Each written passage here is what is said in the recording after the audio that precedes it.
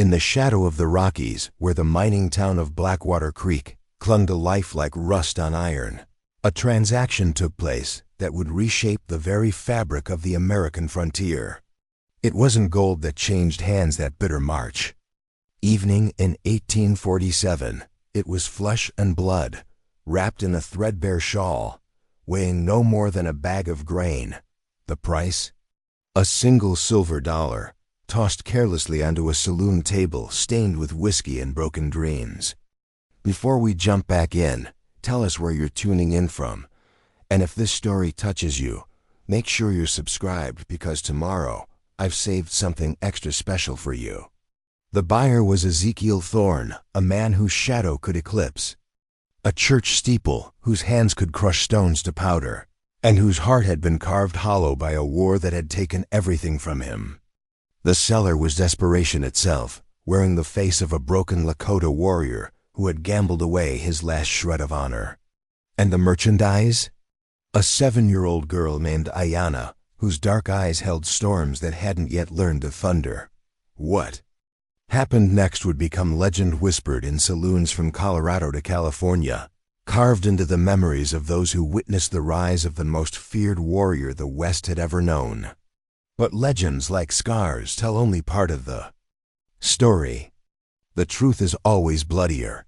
The wind howled through Blackwater Creek like a banshee seeking vengeance, carrying with it the scent of sulfur from the mines and the promise of another brutal winter. Inside Murphy's saloon, the air hung thick with tobacco smoke and the sour stench of unwashed bodies pressed too close together. Men huddled around tables, their faces lit by the amber glow of oil lamps, their voices reduced to conspiratorial murmurs as they wagered their meager earnings on cards that seemed perpetually stacked against them. Ezekiel Thorne occupied the corner table alone, as he always did. At 6 feet and 8 inches, with shoulders broad enough to bear a coffin, he was a man who commanded space simply by existing. His weathered hands, scarred from years of working the mines, dwarfed the whiskey glass before him.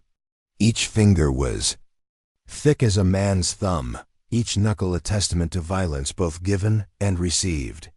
His beard, black as coal dust, couldn't quite hide the jagged scar that ran from his left ear to the corner of his mouth, a souvenir from Antietam, where he'd left his faith in God and his belief in the goodness of men buried beneath Confederate soil. The war had ended 2 years ago, but for Ezekiel, it raged on in the depths of his dreams. He'd returned to Colorado Territory to find his homestead burned, his wife Sarah's grave marked only by a weathered cross, and his young son Thomas claimed by the cholera that had swept through the territory like the angel of death. The mountains that had once promised him refuge now felt like a prison, and the silver he pulled from their depths tasted like ash in his mouth. Tonight, however, the saloon's usual rhythm was disrupted by the presence of a stranger. Joseph Crow Feather sat at the bar, his weathered leather coat hanging loose on his diminished frame, his long black hair streaked with premature gray. Once he had been a warrior among the Lakota, his name spoken with respect around council fires. Now he was just another broken man seeking solace in the bottom of a bottle, his heritage reduced to a curiosity for the white miners who regarded him with a mixture of fear and contempt. Crow Feather had been drinking steadily since sunset, his silver coins disappearing one by one across the bar to Mickey Murphy, the Irish proprietor who served liquor with the same dispassionate efficiency with which he'd once served British landlords back in County Cork. The Lakota's hands shook as he raised his glass, and his words slurred together in a language that shifted between English and his native tongue, creating a private poetry of despair. "Another," Crow Feather demanded, slapping his palm against the bar with enough force to rattle the glasses. But when Mickey extended his hand, palm up, the warrior's pockets yielded nothing but lint and broken dreams. "That's all the credit you're getting tonight, Joseph," Mickey said, his Irish accent thick with both sympathy and resignation. "Come back when you've got coins to match your thirst." Crow Feather's eyes swept the saloon. taking in the faces of men who had known him as a guide, a translator, a bridge between worlds. Now they looked away, unwilling to meet his gaze, uncomfortable with the sight of a proud man reduced to begging. His desperation was a mirror they didn't want to look into, reflecting their own precarious existence in this godforsaken corner of the territory. It was then that Crowfeather's attention fell upon the small figure huddled in the corner near the door. Ayanna sat on a wooden crate, her thin legs drawn up to her chest, her dark eyes watching the room with the wary intelligence of a wild animal. She couldn't have been more than 7 years old, but her face already carried the weight of someone who had seen too much of the world's cruelty.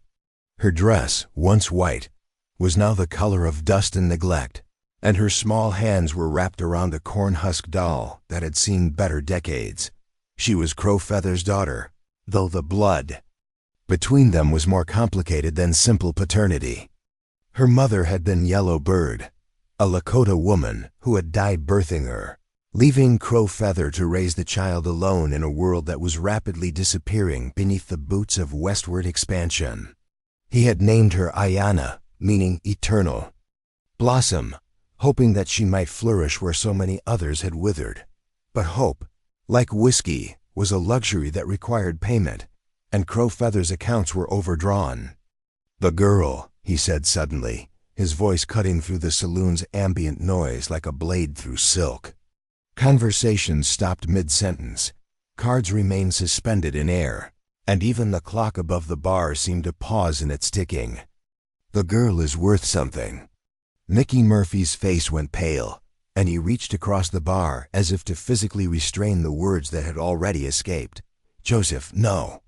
Don't do this thing." But Crowfeather was beyond restraint, beyond reason, beyond the last thin line that separated a man from the abyss. He turned to face the room, his arms spread wide like a preacher addressing his congregation. "Who wants to buy a Lakota girl?" he announced, his voice carrying the false bravado of a man who has already lost everything and has nothing left to lose. "She's young, she's strong, she'll work hard. She won't cause trouble." The silence that followed was deafening. Even the wind outside seemed to hold its breath, waiting to see how low a man could fall before he shattered completely. Ayanna looked up at her father, her dark eyes wide with confusion and the first stirrings of fear. She didn't understand all the words, but she understood the tone. And the tone in her father's voice was the sound of goodbye. It was Ezekiel Thorne who finally broke the silence. His chair scraped against the wooden floor as he stood, his massive frame unfolding like a mountain deciding to walk. Every eye in the saloon turned to him, and men who had known him for years suddenly found themselves seeing a stranger. There was something different in his expression, something that hadn't been there moments before, a spark of interest, perhaps, or maybe just the recognition of an opportunity. "How much?" Ezekiel asked, his voice rumbling like distant thunder. Crowfeather's eyes lit up with the desperate hope of a drowning man who sees a rope. She's worth at least $50, maybe more. Look at her, she's got good bones, strong hands. Should grow into a fine woman." But Ezekiel was already shaking his head, his dark eyes never leaving Ayanna's face. The girl stared back at him with the unflinching directness of childhood, seeing not a giant, but simply another adult in a world where adults made decisions that children had to live with. $1, Ezekiel said, reaching into his vest pocket and withdrawing a single silver coin. It caught the lamplight and threw it back in sharp, glittering fragments. "That's my offer." The insult of it hung in the air like smoke. Crowfeather's face flushed with shame and anger, but his need was stronger than his pride. He looked at his daughter, then at the coin, then back at his daughter. In that moment, everyone in the saloon could see the exact instant when Joseph Crowfeather's soul cracked in half.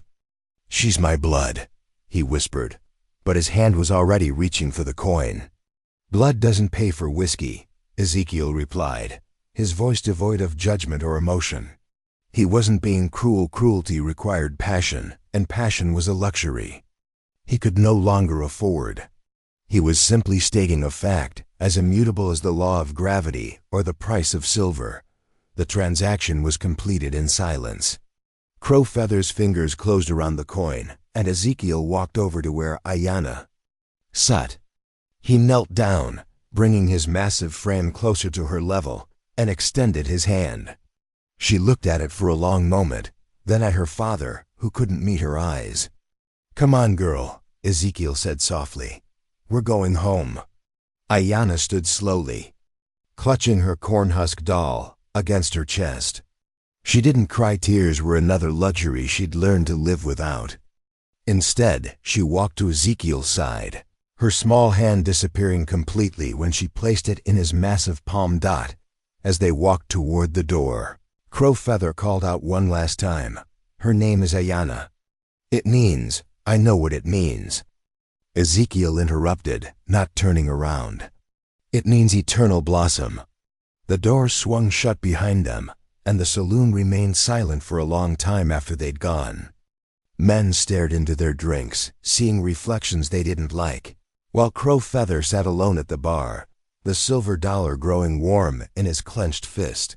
Outside, the wind had died down, and the stars were beginning to appear between the racing clouds. Ezekiel and Ayanna walked through the muddy streets of Blackwater Creek, their footsteps echoing off the wooden buildings like a heartbeat. The girl's legs were short, and she had to take 3 steps for every one of his, but she kept pace without complaint. Ezekiel's cabin sat at the edge of town, perched on a small rise that overlooked the creek from which the settlement took its name. It was a simple structure, built from logs he'd cut himself, with a stone chimney that sent smoke curling up into the night sky. The interior was spartanly furnished: a bed, a table, 2 chairs, and a few shelves lined with books that he'd read so many times their spines had worn smooth. He lit a fire in the stone fireplace while Ayanna stood in the doorway, still clutching her doll. The flames cast dancing shadows on the walls, and for a moment, the cabin felt almost warm, almost like a home. "Are you hungry?" Ezekiel asked, glancing over his shoulder at the girl. Ayanna nodded, her first real response since leaving the saloon. He opened a can of beans and heated them over the fire, then cut thick slices of bread from a loaf that was only slightly stale. They ate in silence, the girl's small hands wrapped around the tin plate, her dark eyes never leaving his face. When they finished eating, Ezekiel stood and began arranging blankets on the floor near the fireplace. "You can sleep here," he said. "It's warm, and the floor's not too hard." Preparing and narrating this story took us a lot of time, so if you are enjoying it, subscribe to our channel. It means a lot to us. Now back to the story. Ayanna nodded again and settled onto the makeshift bed, her cornhusk doll tucked under her arm like a talisman. Ezekiel blew out the oil lamp and retreated to his own bed, the rope springs creaking under his weight. For a long time, he lay staring at the ceiling, listening to the girl's breathing as it gradually slowed and deepened. He had bought her for $1, but he didn't know why. Perhaps it was the way she had looked at him without fear, or the way she had stood when he'd called her name. Perhaps it was simply that he recognized something in her eyes, the same hollow emptiness that stared back at him from his shaving mirror each morning. Or perhaps it was because, for the first time in 2 years, he had felt something other than the crushing weight of his own solitude. Not happiness that was still beyond his reach, but something else. Responsibility, maybe. Or purpose.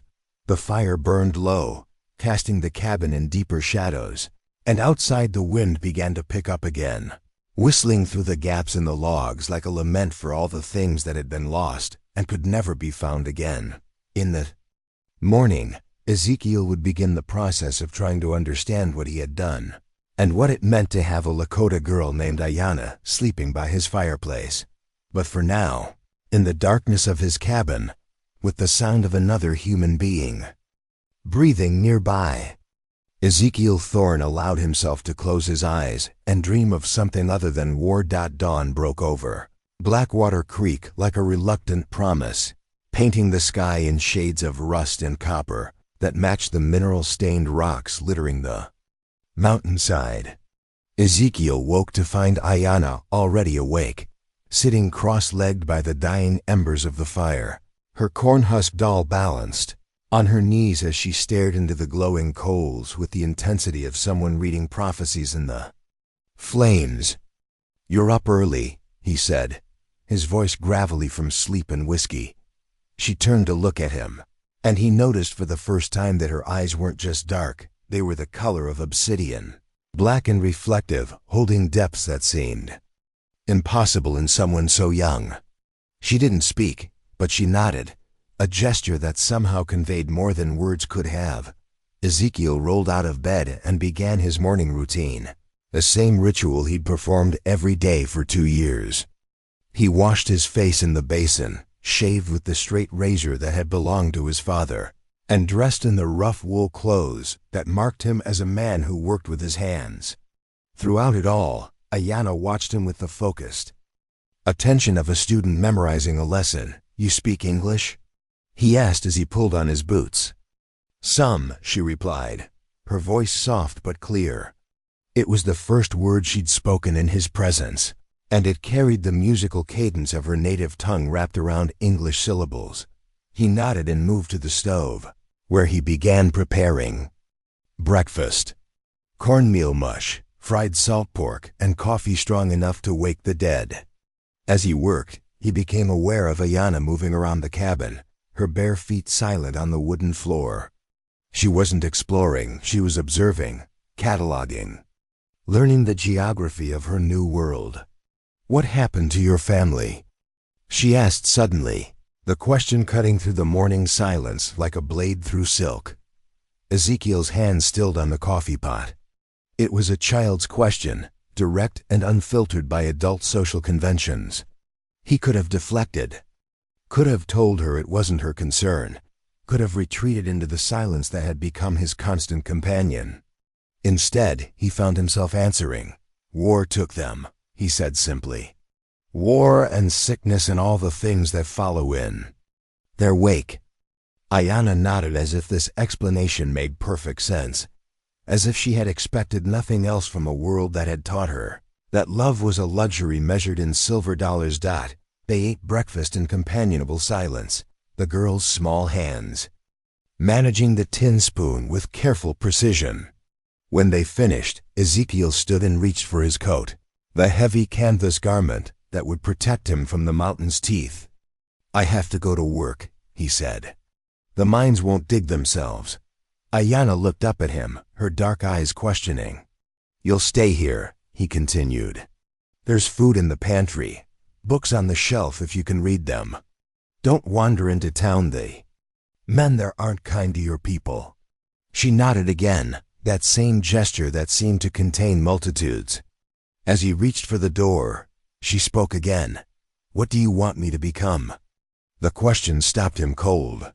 He turned back to look at her, this small girl who had been sold for the price of a drink, who sat in his cabin like a riddle waiting to be solved. "I want you to survive," he said finally. "Everything else is up to you." The Silver Crown mine was a wound in the earth's flesh, a gaping maw that consumed men and machinery with equal indifference. Ezekiel descended into its depths with the automatic movements of long practice, his miner's lamp casting dancing shadows on the tunnel walls. The air was thick with dust and the promise of cave-ins, and the constant drip of water from the ceiling marked time like a funeral march. He worked alone, as he always did, his powerful shoulders driving the pickaxe into the silver-veined rock with mechanical precision. Other miners gave him a wide berth, intimidated by his size and the aura of barely contained violence that seemed to radiate from his massive frame.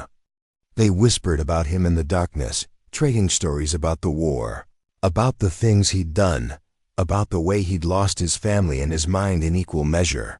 But today, as he worked, Ezekiel found his thoughts drifting to the girl in his cabin, What was she doing? Was she afraid? Had he made a mistake, buying her like livestock, bringing her into his world of isolation and grief? The questions followed him through the tunnels, echoing off the walls like the voices of ghosts. By the time he emerged from the mine, the sun was setting, painting the sky in shades of blood and gold. His body ached from the day's labor, and his lungs burned with each breath of the clean mountain air. He expected to find Ayanna where he'd left her, perhaps reading one of his books or playing with her doll. Instead, he returned to find his cabin transformed. The floors had been swept clean, the dishes washed and put away, and his clothes folded with military precision. The fire had been banked to perfect coals, and the air smelled of something that might have been soup. Ayanna stood at the stove, stirring a pot with the same focused intensity she'd shown when watching the flames that morning. She had somehow conjured a meal from his meager supplies, rabbit stew, thick with vegetables and herbs that she must have gathered from the mountainside. "How did you catch the rabbit?" he asked, genuinely curious. She turned to look at him, and for the first time since he'd met her, something that might have been a smile flickered across her features. "Traps," she said simply. "My father taught me before he forgot who he was." They ate the stew in silence, but it was a different kind of silence than the morning's warmer, more comfortable, like the quiet between old friends. The food was better than anything Ezekiel had eaten in months, seasoned with herbs that turned the simple ingredients into something approaching a feast. "You don't have to work," he said as they finished eating. "You're not my slave." Ayanna looked at him with those obsidian eyes, and he saw something flicker in their depths, not gratitude, but something sharper, more dangerous. "I know what I am," she said quietly, "and I know what I'm not." The words hung between them like a challenge, and Ezekiel realized that he had underestimated this small girl who had been sold for $1. There was steel in her, hidden beneath the surface like veins of silver in mountain rock. That night, as they sat by the fire, Ezekiel found himself talking. He told her about the war, about the battles he'd fought, and the men he'd killed. He told her about Sarah, his wife, and how she'd died while he was away fighting someone else's war. He told her about Thomas, his son, and how the boy had looked so small in the grave beside his mother. Ayanna listened without judgment, her dark eyes reflecting the firelight like mirrors. When he finished, she was quiet for a long moment. "My mother died when I was born," she said finally. "My father said I killed her, that I was born covered in her blood. He said I was cursed. Do you believe that?" She considered the question with the seriousness of a philosopher. "I believe we are what we choose to become." Curses and blessings are words people use when they don't want to take responsibility for their choices. The wisdom in her words struck him like a physical blow.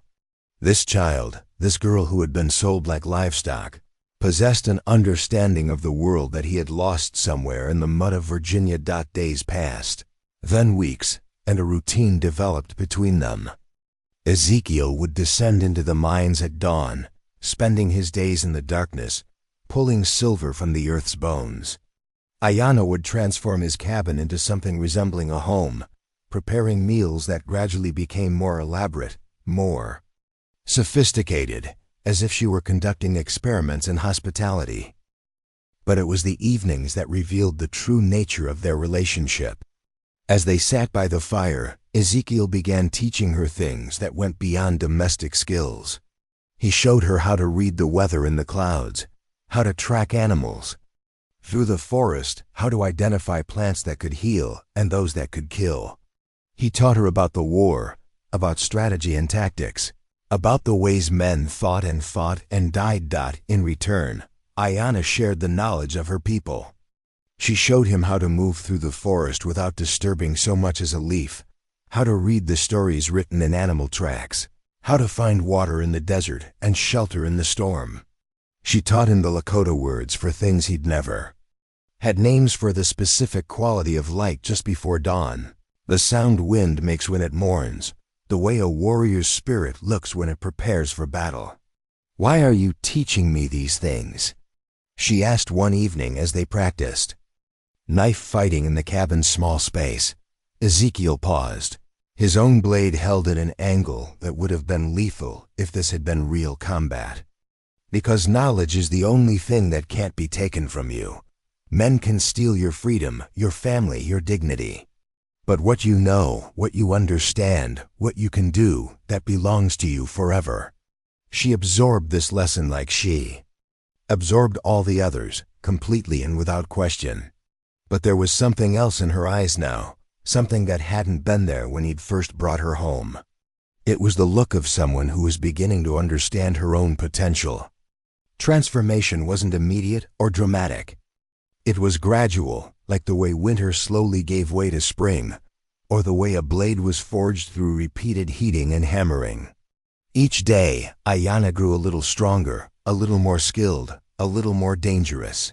She learned to throw knives with deadly accuracy, to set traps that could catch anything from rabbits to men, to fight with the fluid grace of someone who understood violence as a language rather than a last resort. But it was her mind that impressed Ezekiel most.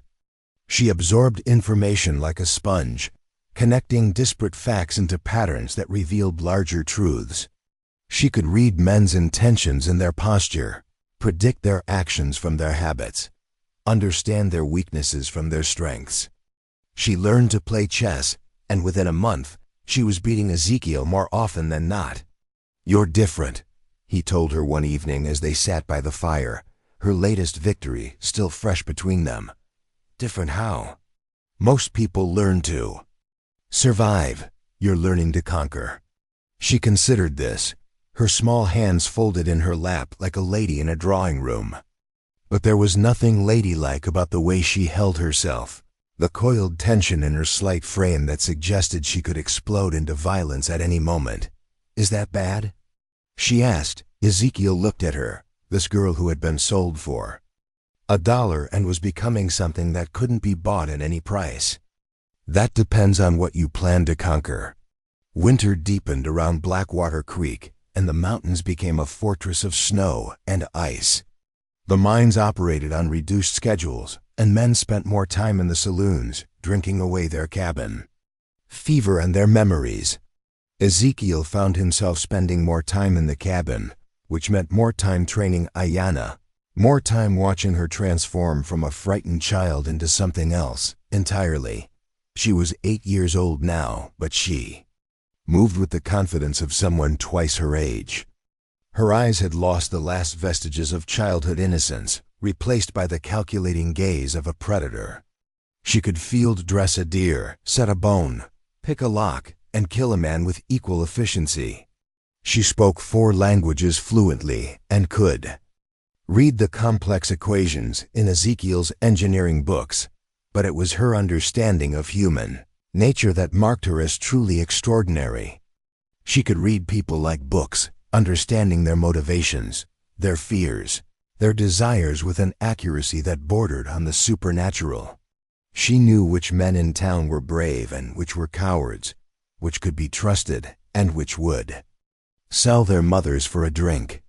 "You're ready," Ezekiel told her one evening as they sat by the fire, watching the flames dance against the stone.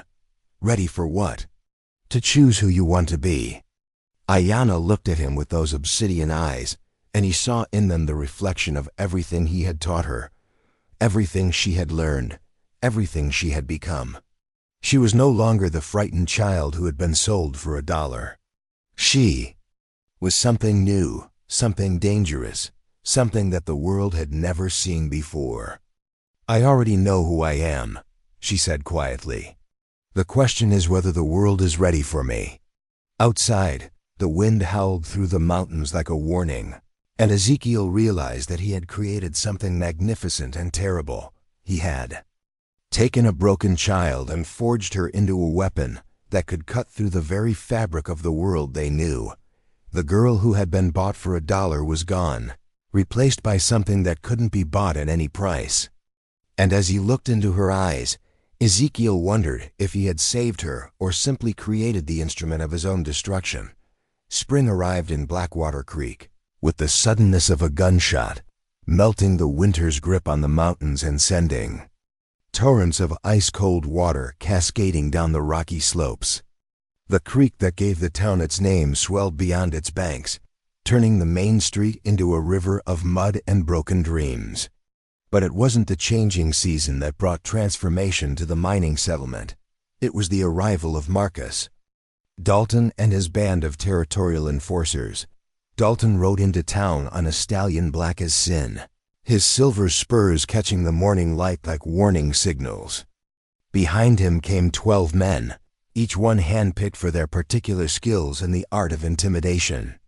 They wore the unofficial uniform of corporate muscle-dark suits over gun leather, polished boots caked with the dust of 100 conquered towns, and eyes that had seen too much violence to be troubled by conscience. The Consolidated Mining Corporation had sent them to bring order to Blackwater Creek, which in their language meant squeezing every last ounce of profit from the earth and the men who worked it. Independent miners like Ezekiel were obstacles to be removed, their claims to be absorbed into the corporate machine that was devouring the American West one settlement at a time. Ayanna watched from the cabin window as the enforcers established their headquarters in the largest building on Main Street, evicting the hardware store owner and his family with the casual brutality of men who had performed this routine in dozens of towns before. She was 9 years old now, her slight frame beginning to show the first hints of the woman she would become. But her eyes held the cold calculation of someone who had learned to see the world as a battlefield. "They're here for the claims," she said without turning from the window. Ezekiel looked up from the newspaper he'd been reading, his massive hands dwarfing the printed pages. "What makes you say that? The way they move. The way they look at the buildings, the mine entrances, the people. They're not here to keep the peace. They're here to take possession." She was right, of course. She was always right about these things now, her understanding of human nature honed to a razor's edge through 2 years of intensive training. Ezekiel had taught her to read people like topographical maps, to understand the terrain of their ambitions and the geography of their fears. "What do you think they'll do first?" he asked, genuinely curious about her assessment. Ayanna turned from the window, her dark hair catching the light in a way that reminded him of her mother's people, of the proud warriors who had once ruled these mountains before the white man's hunger had consumed everything in its path. "They'll start with the weakest," she said with the clinical detachment of a general discussing battle strategy. "The men who are afraid, who have families to protect, who can be bought or intimidated. They'll make examples of them and show others what happens to those who resist. And then they'll come for you." The words hung in the air between them like smoke from a funeral pyre. Ezekiel felt something cold settle in his stomach, not fear exactly, but the recognition of an inevitable confrontation. He had fought in the war, had killed men with his bare hands, had survived battles that claimed thousands of lives. But this was different. This was personal. "Why me specifically?"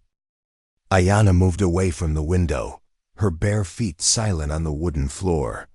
She had learned to walk like her ancestors, to move without disturbing the world around her, to become invisible when invisibility was survival. "Because you're the strongest," she said simply. "The other miners look up to you, respect you. If they can break you, they break the town spirit. If they can single quotes double quotes." She paused, her obsidian eyes meeting his. "Then they'll have to kill you." The brutal simplicity of her logic struck him like a physical blow. In 2 years, she had learned not just to fight and survive, but to think like a warrior, to understand the psychology of conquest and resistance. She saw the world as a chess game where lives were pieces to be sacrificed for larger strategic goals. "And what would you do?"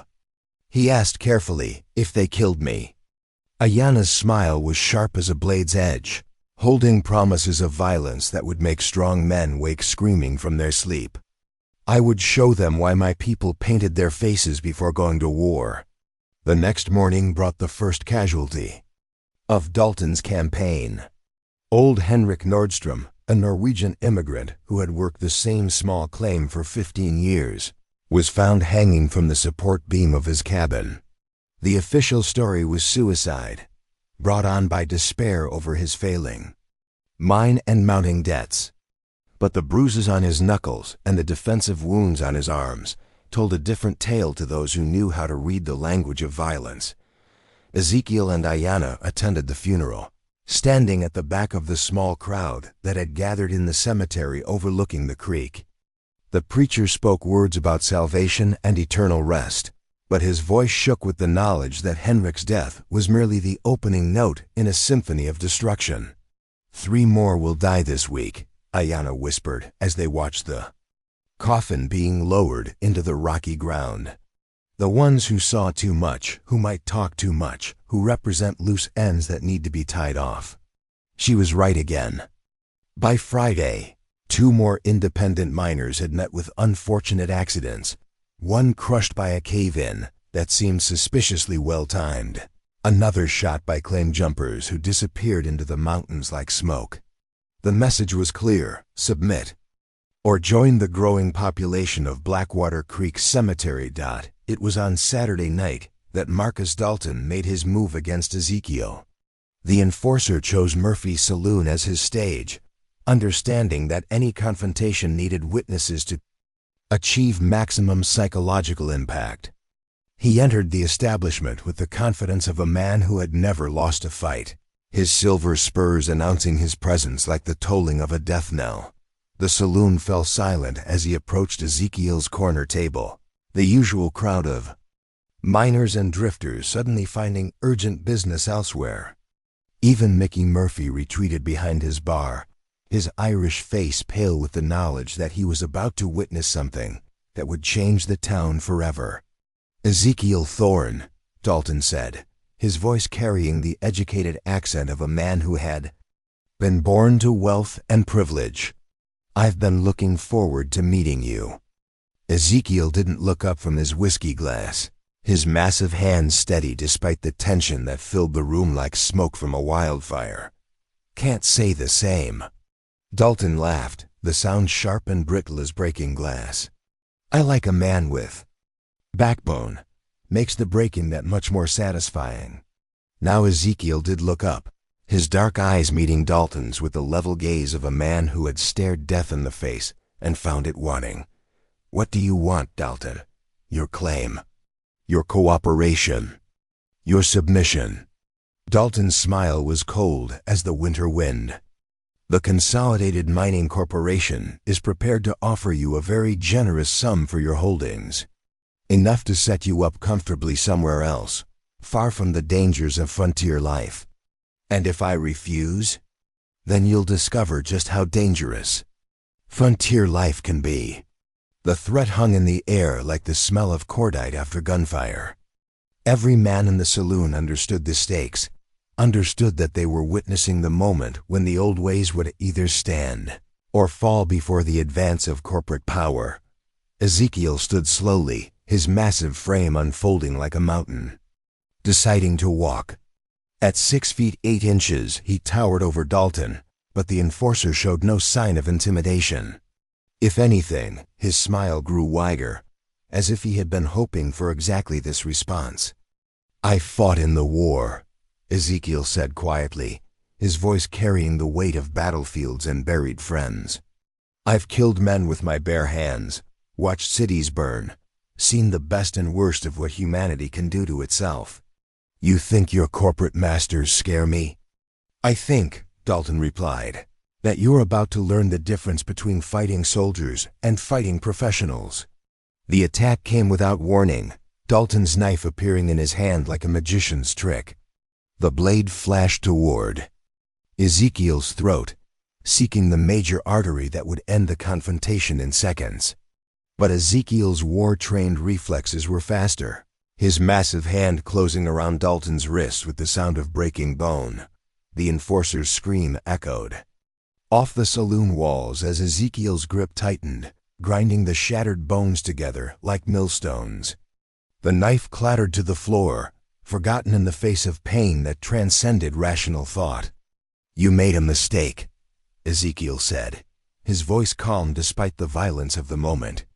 "You thought because I'm a miner, I'd forgotten how to be a soldier." He lifted Dalton off his feet one-handed, the enforcer's expensive boots kicking uselessly in the air. The other patrons of the saloon watched in stunned silence as the giant held the corporate killer like a child holding a rag doll. "Tell your masters," Ezekiel continued, his grip shifting to Dalton's throat, "that some things can't be bought. Some men can't be broken, and some fights aren't worth starting."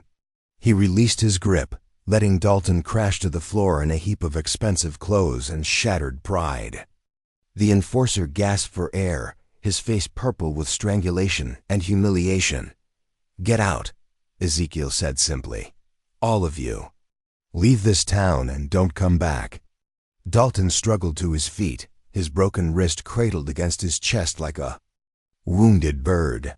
His eyes burned with the fury of a man who had never been defeated, never been humiliated, never been shown his own mortality with such brutal clarity. "This isn't over," he wheezed through his damaged throat. "The corporation doesn't forget. The corporation doesn't forgive." "Neither do I," Ezekiel replied. Dalton stumbled from the saloon, his remaining enforcers helping him to his horse. As they rode out of town, their retreat marked by the sound of hoofbeats fading into the mountain darkness, the patrons of Murphy's saloon slowly began to realize what they had witnessed. They had seen a man stand up to the corporate machine and win.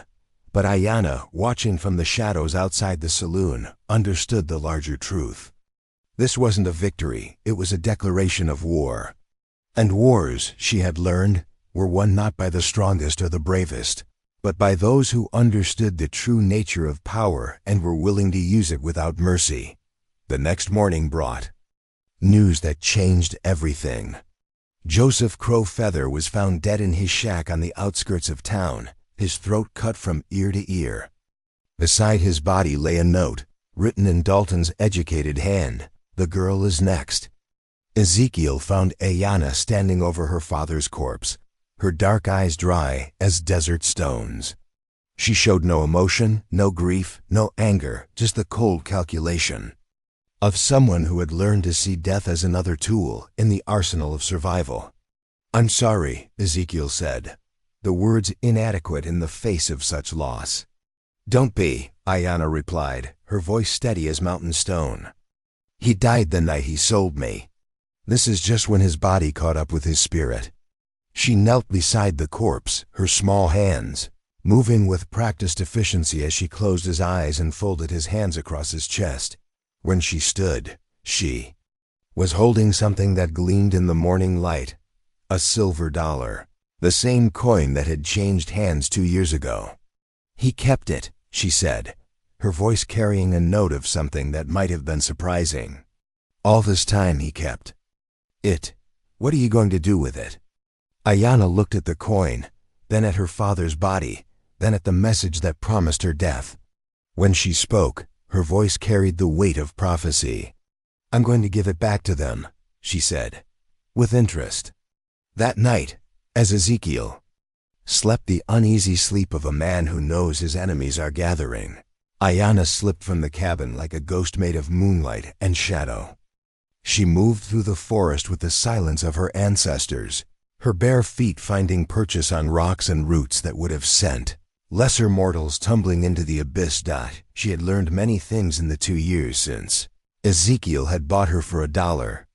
She had learned to read and write, to fight and heal, to think and plan and execute strategies that would make generals weep with envy. But most importantly, she had learned to become invisible, to move through the world like smoke, to be everywhere and nowhere at once. The Consolidated Mining Corporation had sent 12 enforcers to Blackwater Creek. By morning, there would be 11. And by the time the sun set again, Marcus Dalton would understand that some debts could only be paid in blood. The war for Blackwater Creek had begun, and the girl who had been bought for $1 was about to show the world what she had become worth. The fourth enforcer, seeing his companions destroyed with such casual brutality, turned to run. He made it 3 steps before Ezekiel's thrown whiskey glass caught him in the back of the head, the heavy crystal exploding in a shower of blood and glass fragments that painted the wall in abstract patterns of violence. Marcus Dalton found himself alone, his broken wrist throbbing and his remaining men scattered like leaves before a hurricane. He reached for his gun with his good hand, but Ezekiel was already moving, crossing the distance between them with surprising speed for such a large man. The impact when Ezekiel's fist connected with Dalton's jaw was like the sound of a tree falling in the forest. The corporate enforcer spun through the air, his expensive clothes torn and bloodied, before crashing into a table that exploded into splinters beneath his weight. "You want to threaten children?" Ezekiel asked, standing over Dalton's broken form. "You want to bring your corporate war to innocent people?"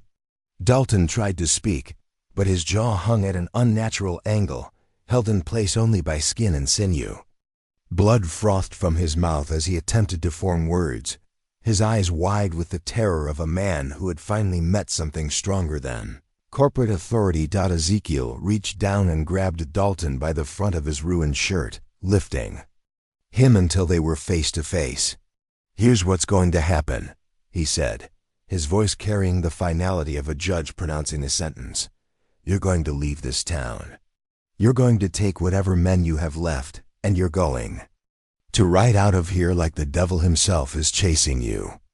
And if I ever see you or any other corporate enforcer in Blackwater Creek again, I'll kill you all with my bare hands." He released his grip, letting Dalton fall to the floor in a heap of expensive cloth and shattered pride. The corporate killer lay there for a moment, gasping like a fish out of water, before somehow finding the strength to crawl toward the door. But even as Dalton dragged himself across the blood-stained floor, Ezekiel knew that this wasn't over. The corporation didn't forget insults, didn't forgive resistance, didn't accept defeat at the hands of independent miners in frontier settlements. They would be back, and when they came, they would bring enough firepower to level the entire town. As if reading his thoughts, Ayanna appeared in the saloon doorway, her small form silhouetted against the evening sky. She looked at the carnage with the detached interest of a scholar examining historical artifacts, her dark eyes cataloging the bodies and the blood with clinical precision. "How many are left?" she asked. "6, Ezekiel replied, "not counting Dalton."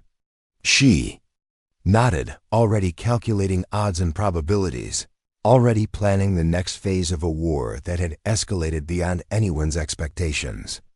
When she spoke, her voice carried the authority of someone who had learned to command through competence rather than bluster.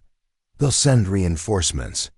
Telegraph wires run through Silver Junction, 20 miles south. If we can cut the lines and eliminate the remaining enforcers before dawn, we'll have maybe a week before the corporation realizes what's happened." "And then?" Ayanna's smile was sharp as the winter wind, holding promises of violence that would make strong men wake screaming from their dreams. "Then we show them what happens when you threaten the people under our protection." Outside, Marcus Dalton managed to drag himself onto his horse, his broken body screaming with every movement. As he rode out of Blackwater Creek, leaving behind a trail of blood and shattered dreams, he carried with him the knowledge that he had awakened something terrible. The girl who had been bought for $1 was no longer content to hide in the shadows. The war was about to begin in earnest, and the mountains themselves would run red with blood before it ended.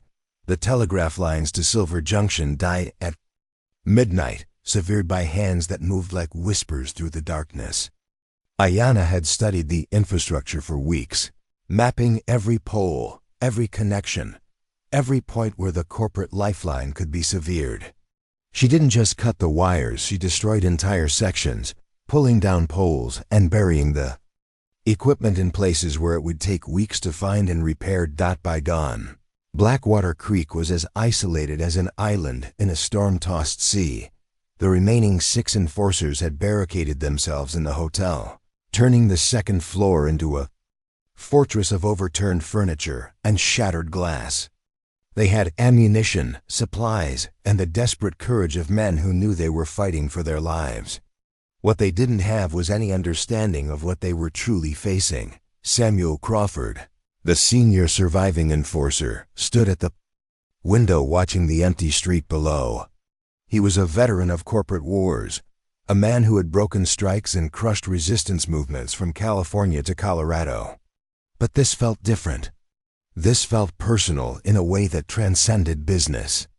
Interests in quarterly profits. "How many do you think are out there?" asked Jimmy Kelso, the youngest of the surviving men. His hands shook as he loaded cartridges into his rifle, the brass cases rattling against each other like dice in a gambler's cup. "Doesn't matter," Crawford replied, though his own voice betrayed the confidence he was trying to project. "We hold this position until reinforcements arrive. Corporate knows where we are, knows what we're dealing with. They'll send help." But even as he spoke the words, Crawford knew they were hollow. The telegraph lines were down, the roads were treacherous, and the corporation had no idea that their enforcement team was being systematically destroyed by forces they couldn't identify or comprehend.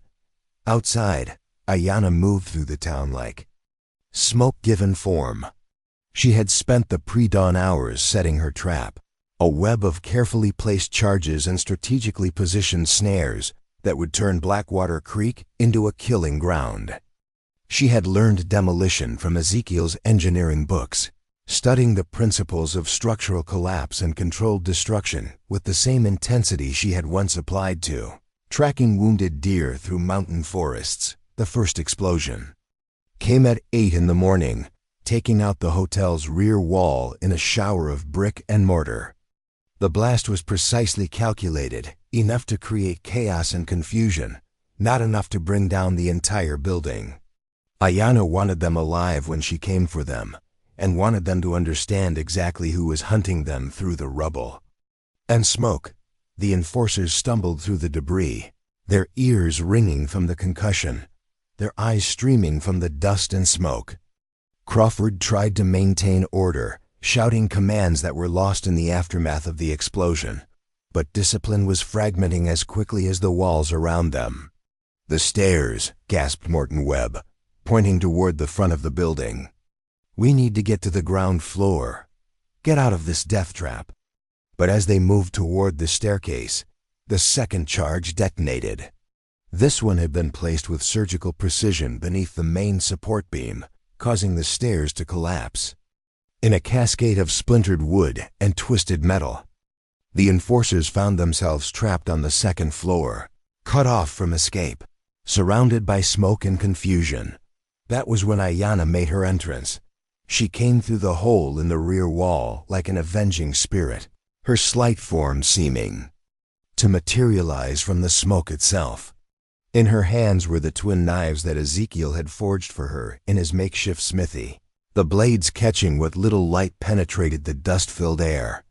She moved with the fluid grace of someone who had learned to see violence as a form of art. Each step calculated, each movement economical and deadly. Jimmy Kelso saw her first and tried to bring his rifle around, but she was already moving, covering the distance between them in 3 silent strides. Her knife opened his throat with clinical precision, the blade sliding between vertebrae to sever the spinal cord. He dropped without a sound, his weapon clattering uselessly to the floor. The others turned at the noise, their weapons swinging toward where she had been, but Ayanna was no longer there. She had learned to use the terrain to her advantage, disappearing behind fallen beams and overturned furniture, becoming one with the shadows and smoke. "Where is she?" Crawford shouted, his voice cracking with strain. "Where the hell is she?" His answer came in the form of Morton Webb's scream, a sound that cut through the chaos like a blade through silk. "They found him pinned to the wall by a knife through his chest, the blade driven with such force that it had penetrated the wooden paneling behind him. His eyes were wide with shock and pain, his mouth working soundlessly as his life poured out through the wound. "She's just a girl," whispered Frank Morrison, the man who had first suggested Ayanna might be responsible for the killings. "She's just a goddamn girl." But the thing that stalked them through the ruins of the hotel was no longer a girl, if it ever had been. It was something else, something that had learned to wear human form while harboring the soul of a predator. It moved through the smoke and debris with the confidence of something that owned the darkness, that had made the shadows into allies and the chaos into a weapon. The third enforcer died trying to escape through a window, Ayanna's blade finding the space between his ribs as he struggled with the broken glass. He fell backward into the room, his hands clutching at the wound, his eyes already glazing over with the approach of death. "Absolutely not," Bancroft interrupted, his military bearing rigid with offended pride. "We cannot allow ourselves to be dictated to by a single terrorist, regardless of her capabilities. I'll organize a proper military expedition, 50 men. Modern weapons, artillery, if necessary. We'll level that entire settlement and make an example that will discourage further resistance." Crawford's laugh was sharp and bitter as breaking glass. 50 men, Colonel. 100? You still don't understand what you're dealing with. She's not just a person, she's become an idea. And ideas can't be killed with bullets or buried under artillery shells. The argument that followed lasted for hours, board members and advisors debating strategies and contingencies, while Crawford sat in silence, his bandaged hands resting on the table like talismans of corporate failure. Finally, Whitmore called for a vote, and the corporation's fate was decided by narrow margins and bitter divisions. They would send the expedition. Colonel Bancroft would lead 200 men into the Colorado mountains, equipped with the latest weapons and backed by unlimited corporate resources. Blackwater Creek would be eliminated as a symbol of resistance, its example erased from the map along with everyone who lived there. Crawford said nothing as the meeting dissolved into logistics and supply discussions. He had delivered his warning and had tried to explain the nature of the force they were about to unleash upon themselves.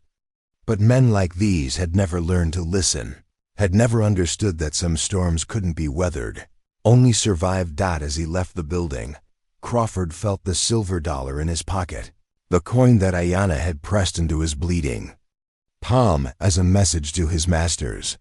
He had kept it as a reminder, a talisman of the moment when the corporate machine had finally encountered something it couldn't digest. Now he wondered if it was also his death warrant. Back in Blackwater Creek, life had settled into a new rhythm, shaped by the knowledge that war was coming. The townspeople went about their daily routines with the careful efficiency of people who understood that normalcy was temporary, that the storm gathering on the horizon would soon break over their heads with corporate fury. Ayanna had spent the months since the hotel incident preparing for what she knew was inevitable.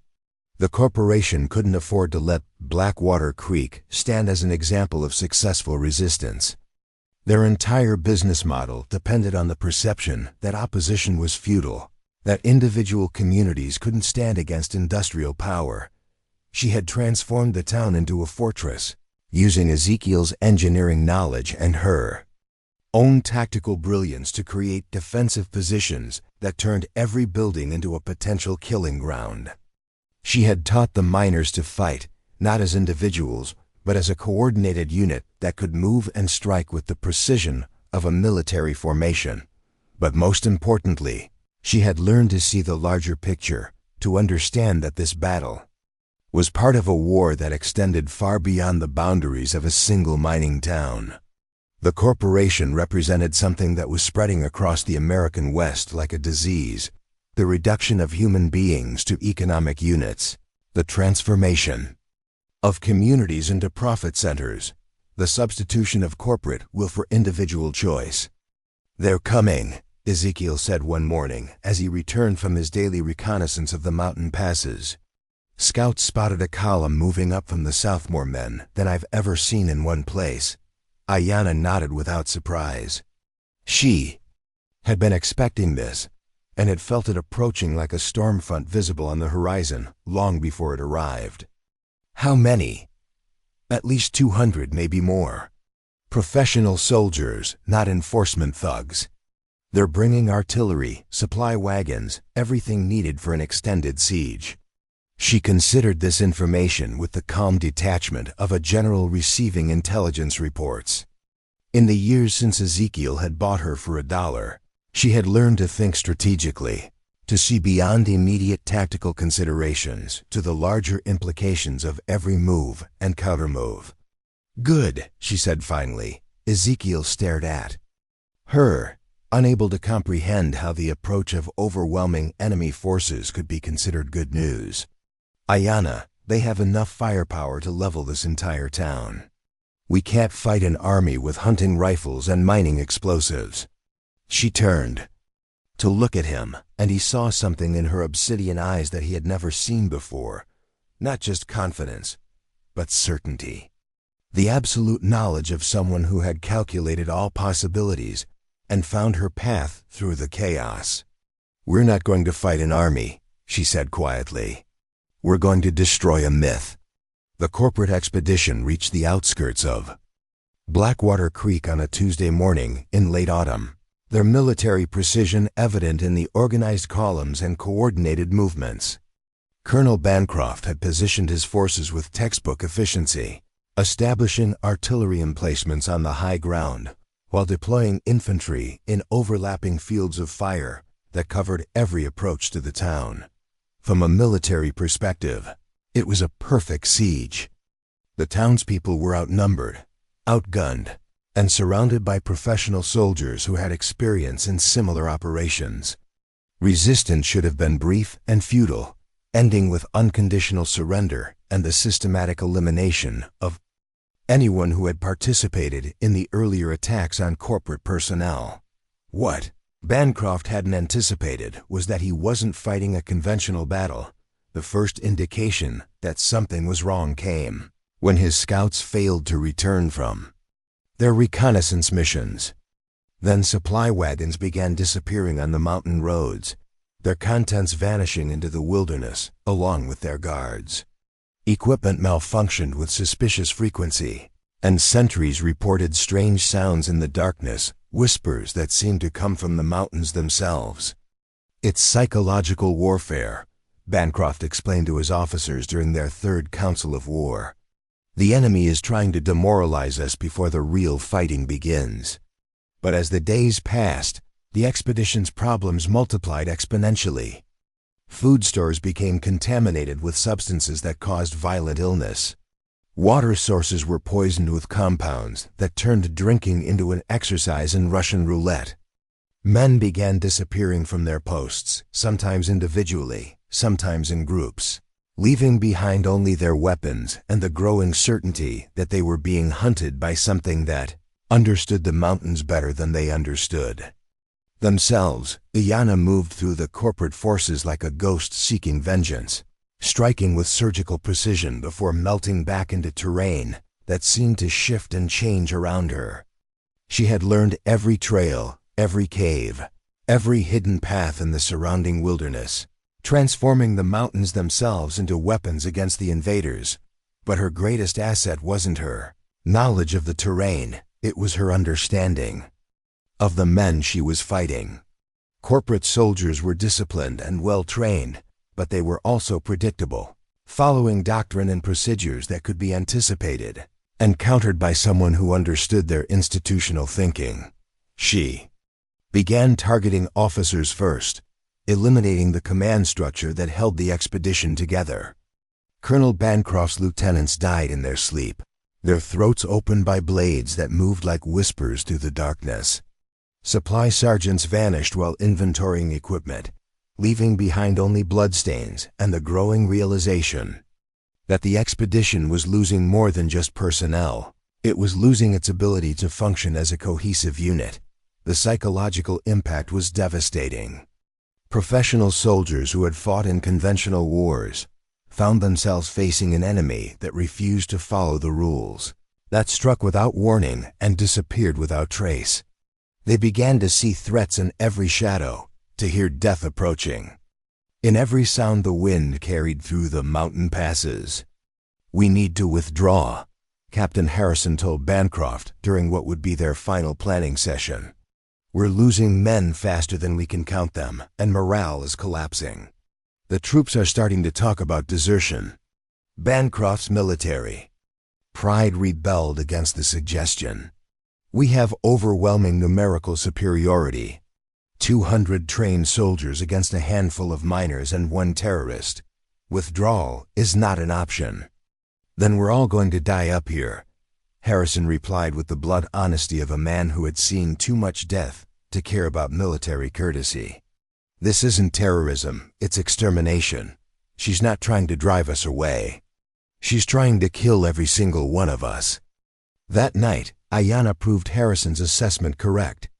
She came for Colonel Bancroft in his command tent, moving through the sentry lines like smoke through a forest fire. The guards never saw her coming, never had time to cry out a warning, never knew what had killed them until they felt the steel sliding between their ribs.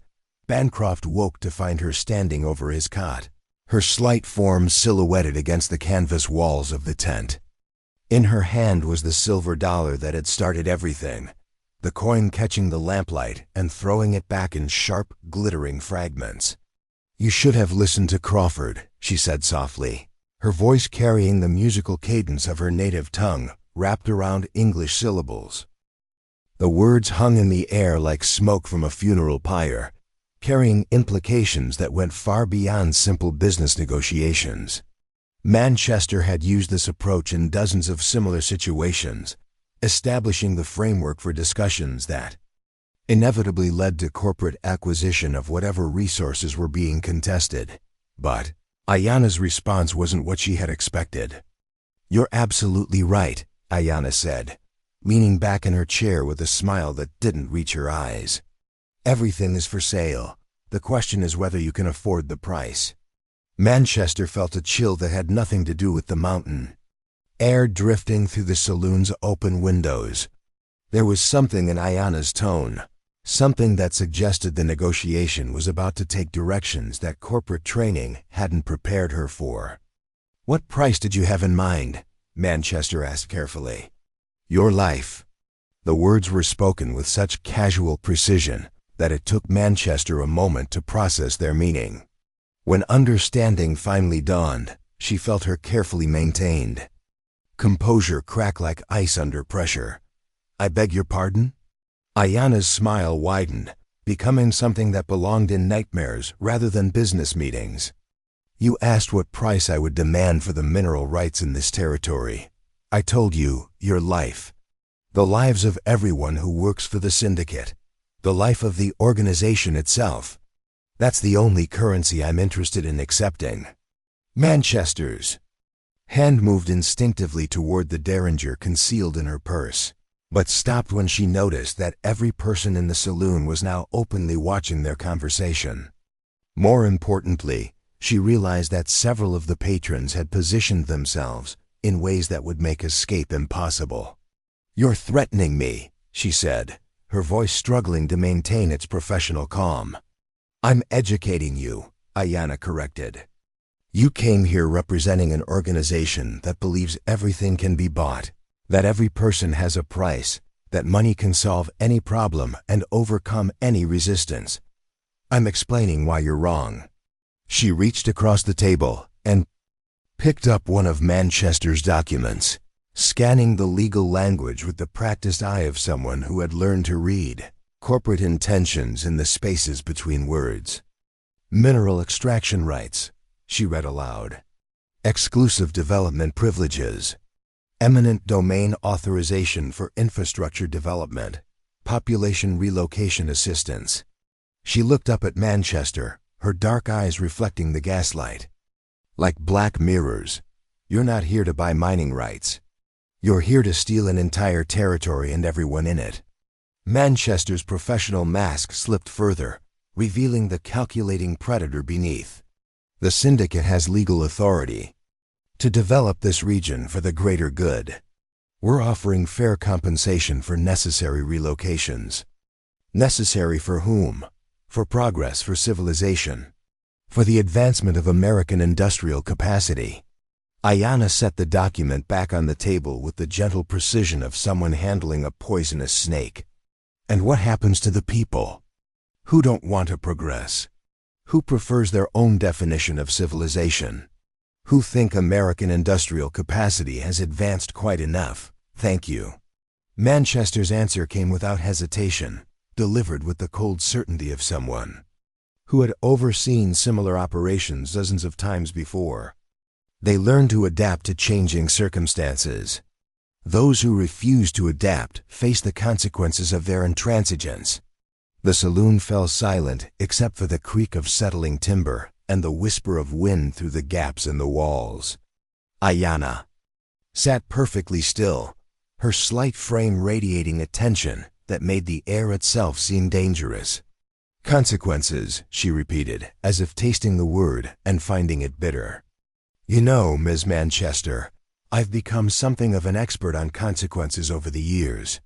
Would you like me to share some of what I've learned?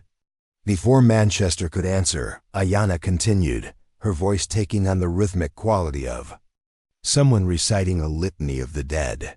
I learned that Marcus Dalton died 6 months after leaving this territory, found in a Denver alley with his throat cut. The killer was never identified, but witnesses reported seeing a small woman with dark hair leaving the scene. I learned that Colonel Bancroft's expedition was officially classified as lost to hostile Indian action, but corporate investigators found evidence of systematic elimination by a single individual using advanced tactical knowledge. I learned that the Consolidated Mining Corporation quietly abandoned all expansion plans for this region after losing 200 men and equipment worth more than most companies earn in a decade. Most importantly, I learned that some consequences compound over time, growing stronger rather than weaker, until they become forces that reshape the world around them. Manchester felt sweat beading on her forehead, despite the mountain coolness. Every instinct she had developed in years of corporate warfare was screaming warnings, but she was trapped by circumstances and protocol, forced to see this negotiation through to its conclusion. "What are you proposing?" she asked, her voice barely above a whisper. "I'm not proposing anything," Ayanna replied. "I'm stating facts. The Transcontinental Development Syndicate will withdraw from this territory permanently. You will return to your superiors and inform them that any attempt to establish operations here will result in the complete destruction of their organization. And you will carry a message for me." She reached into her jacket and withdrew something that caught the gaslight, not a weapon, but a photograph.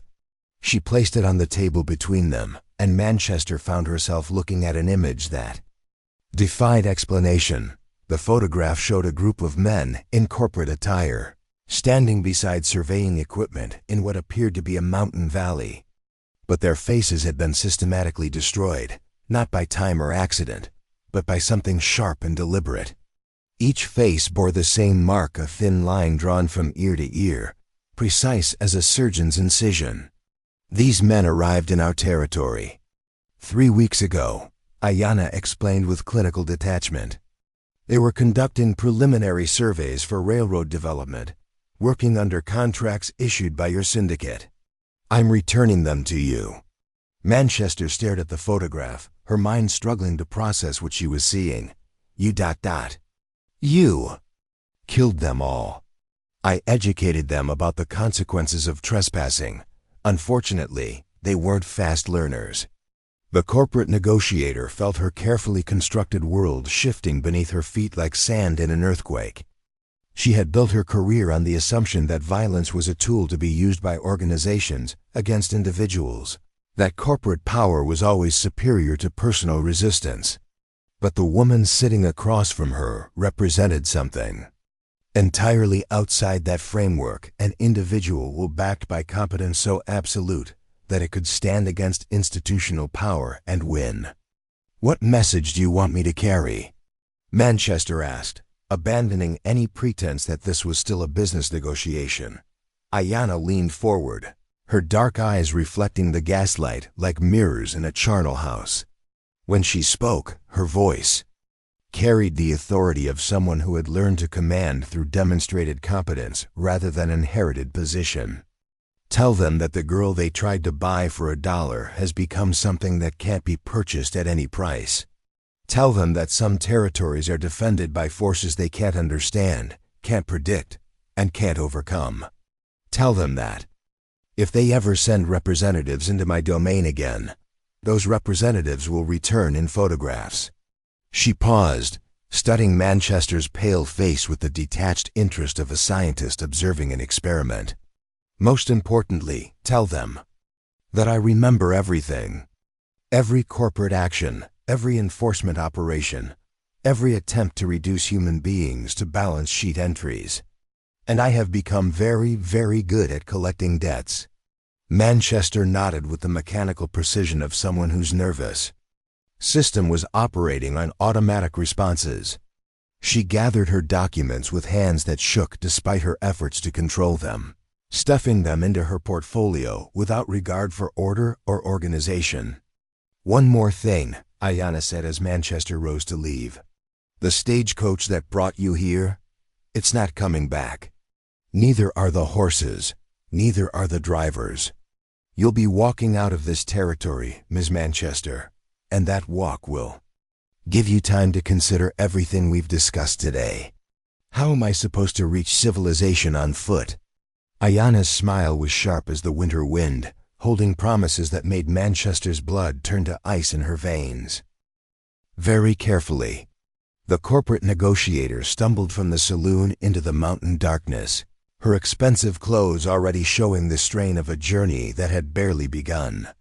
Behind her, the Silver Crown resumed its normal evening activities, but with an undercurrent of satisfaction that spoke of debts paid and territories defended. Ezekiel emerged from the shadows near the bar, his massive frame moving with the careful precision that had marked his approach to violence since the war. At 45, he had grown into his role as Ayanna's lieutenant and advisor, understanding that his strength complemented her strategic brilliance in ways that made them formidable beyond the sum of their individual capabilities. Think she deliver the message? He asked, settling into the chair Manchester had vacated. She deliver it, Ayanna replied with absolute certainty. Fear is a very reliable messenger, and she's carrying enough fear to last the rest of her life. She picked up the photograph and studied it for a moment, remembering the faces of the men who had thought they could survey her territory without permission, who had believed that corporate authority superseded individual sovereignty. They had learned otherwise, but the lesson had cost them everything. What happens now? Ezekiel asked. Ayanna set the photograph aside and returned to her correspondence, letters from contacts throughout the West who looked to her for guidance and protection. The network she had built over the past decade stretched from California to the Dakota Territory, a shadow organization of individuals and communities who had chosen resistance over submission. Now we wait, she said, signing her name to a letter that would authorize safe passage for a group of displaced miners, fleeing corporate seizure of their claims. And we prepare for whatever comes next. Outside, the mountain wind carried the scent of snow from the high peaks, promising another winter in a territory that had learned to define itself through strength rather than submission. The girl who had been sold for a silver dollar was gone, replaced by something that could reshape the balance of power with a gesture that could defend an entire region through the application of precise and overwhelming violence. In the years to come, when historians attempted to chronicle the corporate wars that shaped the American West, they would struggle to explain how a single person could stand against institutional power and win. They would write about economic factors and political changes, about shifting demographics and technological developments, but they would miss the essential truth that drove everything else. Some people cannot be bought. Some spirits cannot be broken. And some debts can only be paid in blood. The territory that had once been marked for corporate acquisition would remain independent, protected by forces that operated outside the normal rules of industrial civilization. And in the mountain stronghold of Blackwater Creek, a Lakota woman would continue to demonstrate that the most dangerous weapon in any arsenal is a human being who has learned to transform suffering into strength, victimhood into victory, and a single silver dollar into a declaration of war that echoes through eternity. The legend had become reality, and reality had proven more powerful than any corporate dream. Eleanor Manchester's journey back to civilization became a pilgrimage of terror that would haunt her remaining days. The mountain trails that corporate maps had marked as simple transportation routes revealed themselves as labyrinths designed by someone who understood the psychology of pursuit. Every path seemed to lead deeper into wilderness. Every landmark appeared to shift when she wasn't looking directly at it, and every sound in the darkness suggested watchers who remained perpetually out of sight. She rationed her water with the desperation of someone who understood that rescue was not coming, that her survival depended entirely on her ability to navigate terrain that actively resisted her passage. The expensive boots that had been chosen for boardroom negotiations proved utterly inadequate for mountain travel, and within days her feet were bleeding through leather that disintegrated under conditions it had never been designed to endure. But it was the psychological warfare that broke her spirit completely. She would wake each morning to find evidence that someone had visited her camp during the night, her belongings rearranged in subtle patterns that conveyed messages she couldn't decode, her water containers refilled with liquid that tasted of minerals and mountain streams, her meager food supplies supplemented with items that could only have come from someone who understood exactly where she was and what she needed to survive. The message was clear. Her life continued only because someone chose to allow it, and that choice could be revoked at any moment. When Manchester finally stumbled into the railroad town of Silver Junction 3 weeks later, she was no longer the sophisticated corporate operative who had arrived in Blackwater Creek with leather portfolios and acquisition documents. She was something else entirely, a broken woman whose eyes held the hollow emptiness of someone who had stared into an abyss and found it staring back. The Transcontinental Development Syndicate received her report in a Denver hotel room that had been converted into a temporary headquarters. The board members who listened to her account did so with the mounting horror of people discovering that their carefully constructed worldview was built on foundations of sand. "She controls the entire territory," Manchester whispered, her voice hoarse from weeks of mountain air and psychological trauma. Not just Blackwater Creek, but everything for hundreds of miles in every direction. She has people everywhere, miners, ranchers, merchants, even some of the railroad workers. They don't just respect her, they worship her. Board Chairman Harrison Caldwell studied Manchester's haggard appearance with the clinical detachment of someone calculating losses and liabilities. The syndicate had invested heavily in territorial expansion plans, and the failure of the Blackwater Creek operation represented more than just a setback. It was a fundamental challenge to their business model. One person cannot control territory of that magnitude, he said finally. There must be infrastructure, organization, some kind of institutional framework that we can identify and counter. But Manchester was shaking her head with the conviction of someone who had seen truth in its most terrifying form. You still don't understand. She doesn't need infrastructure, she is the infrastructure. She doesn't require organization, she creates it wherever she goes. People follow her not because they have to, but because they want to, because she represents something they thought they'd lost forever, which is hope. The word hung in the air like an accusation, challenging everything the corporate executives believed about human nature and market forces. In their experience, hope was a commodity that could be manufactured, manipulated, and monetized like any other resource. But the kind of hope that Manchester described was something different, organic, self-sustaining, and apparently immune to corporate influence. "What are you recommending?" asked Patricia Vance, the syndicate's head of strategic planning. Manchester's laugh carried the sharp edge of hysteria barely held in check. "I'm recommending that we forget the Blackwater Creek territory exists. I'm recommending that we write off every investment we've made in that region and never look back. I'm recommending that we find somewhere else to expand, somewhere that doesn't have her." The corporate silence that followed was broken only by the scratch of pens on paper, as secretaries recorded decisions that would reshape the syndicate's expansion strategy for decades to come. The Blackwater Creek territory would be marked on corporate maps with notations that warned against future development attempts, joining a small but growing list of regions that had proven too costly to acquire. But Manchester's ordeal was far from over. In the months that followed her return to civilization, she found herself changed in ways that went beyond simple trauma. She would wake in the middle of the night with the certainty that someone was watching her, would catch glimpses of movement in her peripheral vision that vanished when she turned to look directly. Her apartment in Denver became a fortress of locks and barricades, but security measures provided no comfort against threats that existed more in memory than reality.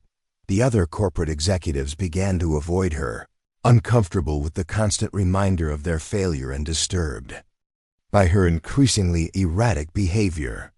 She would interrupt board meetings with rambling accounts of mountain sounds that spoke in languages older than English, and would insist that territorial maps were incomplete because they failed to show the invisible boundaries that Ayanna had drawn across the landscape. Within a year, Eleanor Manchester had quietly resigned from the Transcontinental Development Syndicate, citing health concerns that everyone understood, but no one discussed openly. She moved to a small town in eastern Colorado, far from the mountains and the memories they contained, but distance provided no escape from the knowledge that she had encountered something beyond corporate comprehension. Meanwhile, in the mountain stronghold of Blackwater Creek, Ayanna continued to refine the network of resistance that had grown around her like a living organism. Her influence now extended far beyond the boundaries of any single territory, reaching into mining camps and railroad towns, into ranches and farming communities. Wherever people faced the choice between corporate submission and individual sovereignty, she had learned to delegate authority without losing control, to inspire loyalty without demanding subservience, to create organizations that could function independently while remaining connected to her larger vision. The skills that Ezekiel had taught her in their isolated cabin strategy, tactics, human psychology had evolved into something approaching statcraft, though she ruled through competence rather than title. The correspondence that crossed her desk each day told stories of corporate defeats throughout the American West, mining companies that found their operations mysteriously sabotaged when they attempted to seize independent claims, railroad executives who discovered that key personnel had quietly resigned rather than participate in land seizure operations, territorial governors who learned that certain policies would result in consequences that extended far beyond political considerations. She had become a force of nature disguised as a person, a storm system that corporations learned to navigate around rather than attempt to weather. The methods she employed were precise and economical, a conversation with the right person at the right time, a demonstration of capability that discouraged further resistance, a strategic application of pressure that achieved maximum results with minimum effort. But it was the psychological impact that proved most effective. Corporate executives throughout the West began to understand that certain territories were simply off limits, that some resistance movements possessed capabilities that transcended normal business calculations. The name Ayanna Thorne became a whispered warning in boardrooms from San Francisco to Chicago, a reminder that not everything could be bought and not everyone could be broken. The silver dollar that had initiated her transformation was long gone, thrown into a mountain canyon as a symbolic gesture of completion. But its legacy lived on in the form of a territory that had learned to defend itself, a people who had discovered that submission was optional, and a woman who had proven that individual will could reshape the balance of power when backed by sufficient skill and determination. As winter settled over the Blackwater Creek territory once again, Ayanna stood at the window of her office in the building that had replaced the Silver Crown Saloon, watching snow fall on a landscape that belonged to no corporation, answered to no distant authority, and served only the interests of those who called it home. The girl who had been sold for $1 had become priceless, and the world had learned to pay whatever price she demanded. Up next, you've got 2 more standout stories right on your screen. If this one hits the mark, you won't want to pass these up. Just click and check them out. And don't forget to subscribe and turn on the notification bell so you don't miss any upload from us.